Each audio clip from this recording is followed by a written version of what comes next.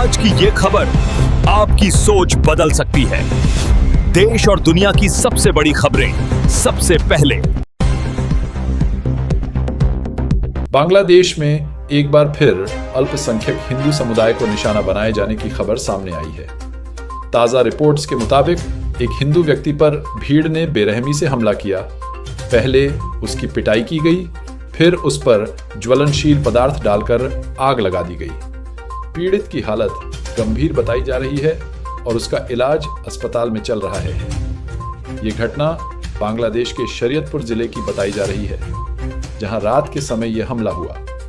स्थानीय सूत्रों के अनुसार अचानक आई भीड़ ने पीड़ित को घेर लिया और बिना किसी चेतावनी के उस पर हमला कर दिया। बताया जा रहा है कि पीड़ित एक साधारण नागरिक है, जिसका किसी भी तरह के विवाद या अपराध से कोई सीधा संबंध सामने नहीं आया है।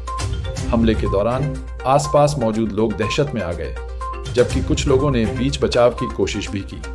हमले के बाद पीड़ित किसी तरह अपनी जान बचाकर पास के पानी में कूद गया, जिससे उसकी जान बच सकी। हालांकि आग से झुलसने के कारण वह गंभीर रूप से घायल हो गया। इस घटना ने एक बार फिर बांग्लादेश में अल्पसंख्यकों की सुरक्षा पर सवाल खड़े कर दिए हैं। पिछले कुछ हफ्तों में इस तरह की कई घटनाएं सामने आ चुकी हैं, जिनमें हिंदू समुदाय को निशाना बनाया गया। स्थानीय मीडिया रिपोर्ट्स के अनुसार ये कोई पहली घटना नहीं है।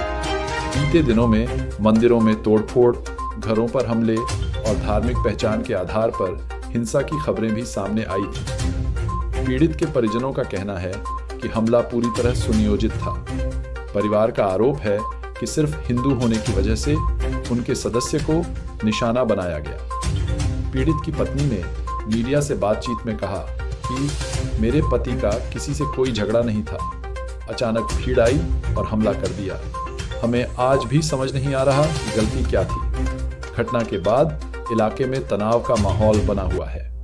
स्थानीय प्रशासन ने स्थिति को नियंत्रण में रखने के लिए अतिरिक्त पुलिस बल तैनात किया है। बांग्लादेश पुलिस का कहना है कि मामले की जांच शुरू कर दी गई है और दोषियों के खिलाफ कार्रवाई की जाएगी।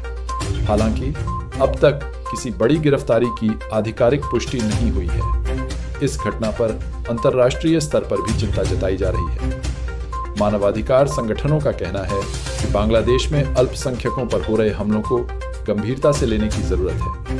भारत में भी इस घटना को लेकर राजनीतिक और सामाजिक प्रतिक्रियाएं सामने आई हैं। कई नेताओं और संगठनों ने बांग्लादेश सरकार से अल्पसंख्यकों की सुरक्षा सुनिश्चित करने की मांग की है। विशेषज्ञों का मानना है कि इस तरह की घटनाएं केवल कानून व्यवस्था का मुद्दा नहीं है, बल्कि सामाजिक तनाव और कट्टरता का संकेत भी देती है। अगर समय रहते ठोस कदम नहीं उठाए गए तो हालात और बिगड़ सकते हैं। बांग्लादेश सरकार पहले भी यह कहती रही है कि वह सभी नागरिकों की सुरक्षा के लिए प्रतिबद्ध है, लेकिन लगातार सामने आ रही घटनाएं इन दावों पर सवाल खड़े कर रही हैं। ग्रामीण इलाकों में रहने वाले अल्पसंख्यक परिवारों में डर का माहौल है। कई लोग अपनी सुरक्षा को लेकर चिंतित हैं और पलायन तक की बात कर रहे हैं। मानवाधिकार कार्यकर्ताओं का कहना है कि सिर्फ जांच के आदेश देना काफी नहीं है, बल्कि दोषियों को सख्त सजा देना जरूरी है, ताकि ऐसी घटनाओं पर रोक लग सके। फिलहाल पीड़ित अस्पताल में जिंदगी और मौत से जूझ रहा है। डॉक्टरों के मुताबिक उसकी हालत नाजुक लेकिन स्थिर बताई जा रही है। यह घटना सिर्फ एक व्यक्ति पर हमला नहीं है, बल्कि यह उस डर और असुरक्षा को दिखाती है जिसका सामना आज भी कई अल्पसंख्यक समुदाय कर रहे हैं। अब देखना होगा कि बांग्लादेश प्रशासन इस मामले में कितनी तेजी और सख्ती से कार्रवाई करता है और क्या भविष्य में इस तरह की घटनाओं को रोका जा सकेगा या नहीं।